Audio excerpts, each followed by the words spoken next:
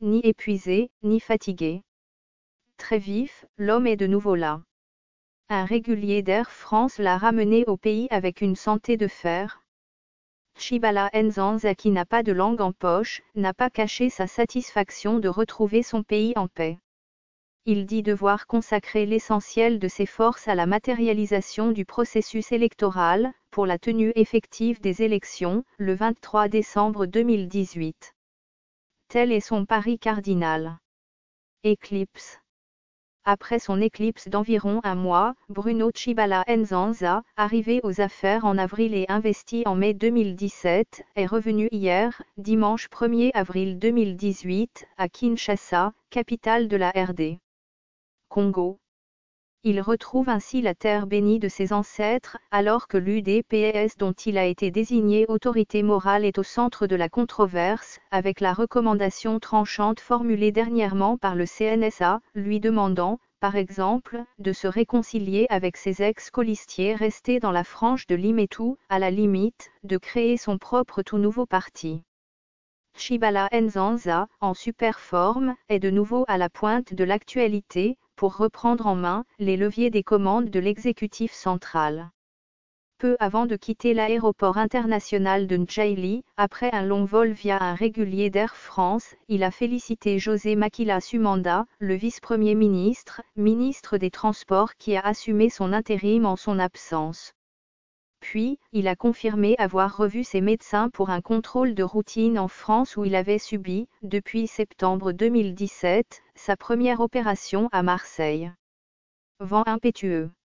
Dès les premières heures de ce matin, il se remet au travail où, d'ailleurs, plusieurs dossiers l'attendaient. Parmi les plus brûlants, il y a notamment cette affaire du CNSA qui, littéralement, a mis en sens dessus-dessous toutes les perspectives de son combat. Il devra, certainement, y donner coup de mortier ou une nouvelle impulsion et lever l'équivoque sur ce qu'il va faire, pour répondre à la recommandation du CNSA.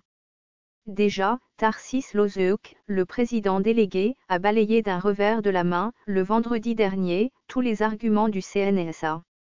Il ne comprenait pas la forme et le fond du document produit par le CNSA uvérant sous la férule de Joseph Olengankoy. Tantôt, disait-il, le document avait la forme d'un procès-verbal. Tantôt, il avait la forme d'un compte-rendu. Ou alors, il avait celle d'une décision qui se terminait, malheureusement, par une simple recommandation, sans pour autant désigner l'institution appelée à en assurer l'exécution. Au passage, Tarsis Lozeuk disait que l'UDPS/Tshisekedi n'avait de statut, d'existence légale. Et que pour le reste, seule, la compétence des cours et tribunaux, déjà saisis, devrait trancher ce litigieux. Car, selon lui, l'accord de la Saint-Sylvestre recommandait notamment, au ministère de l'Intérieur de ne pas s'immiscer dans les affaires des partis, ni d'interférer dans celles pendantes en justice. Autrement dit, Lozeuk, parlant au nom de l'UDPS pro-Tshibala, réaffirmait qu'il irait avec le procès engagé devant le tribunal de grande instance de Kinshasa/Matet jusqu'au bout et que le congrès dont les assises ont pourvu à la succession d'Étienne Tshisekedi, décédé le 1er février 2017, à Bruxelles, en désignant son propre fils, Félix-Antoine Tshisekedi Tshilombo, à la fois, comme président de l'UDPS et, en même temps, candidat déclaré à la présidentielle du 23 décembre 2018, serait sans effet. Comme pour dire que le dur était encore à faire et que le défi de replâtrer les différents morceaux du DPS était entier. De part en part, de Limete à l'hôtel du gouvernement, tant que Tshibala et Félix rechercheront, chacun, sa place au soleil, cette unité, loin de se concrétiser, serait bien une illusion. Lozeuk qui rejetait, en bloc, les recommandations du CNSA, ironisait en parlant d'une plaisanterie de mauvais goût.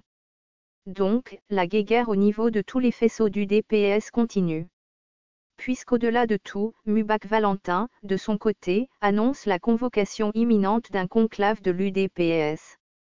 Tandis que François Luzangagiel, un des vieux coéquipiers de Tshisekedi, au niveau du collège de fondateurs, avait un tout autre langage qui n'était, vraiment, pas de nature à rejoindre les prises de position de Limete, ni de Tshibala. il y va de même de Corneille Mulimba qui, au nom des pionniers de ce même parti, remue, à sa manière, ciel et terre et veut revendiquer la même étiquette, pour faire face aux prochaines empoignades électorales, celles fixées en décembre 2018. À tout prendre, dans cette escarcelle sans cesse élargie, Tshibala Nzanza, lui qui trône au nom de l'UDPS et du Rassemblement à la primature, doit remettre les jacquemarts à l'heure. Action rapide. Tous les problèmes défrayant la chronique de l'actualité ces derniers jours, alors qu'il était en dehors du pays, vont remonter à la surface. C'est le cas, par exemple, de la gestion de la primature, avec le départ fracassant de son directeur de cabinet, Michel Saumu, du train de vie quotidienne de l'ensemble du pays. Bref, toutes les urgences soumises au rythme saccadé de grève annoncées à gauche à droite, comme celles que les fonctionnaires veulent déclencher aujourd'hui, pour un problème du SMIC, seront au menu de ses priorités. Pas de prétexte. Bien plus, la sempiternelle question d'élection est et demeure à l'épicentre de ce qu'il doit faire pour permettre à la CENI dont l'Almanach, publié le 5 novembre 2017, fixait l'appel à candidature au 23 juin 2018, de ne point trouver des arguments pour renifler, ni chuchoter. En tout état de cause, il aurait intérêt à se casser en 1000 morceaux, aussi longtemps que son bail à la primature n'aura pas expiré, pour faire aboutir le processus électoral à son terme.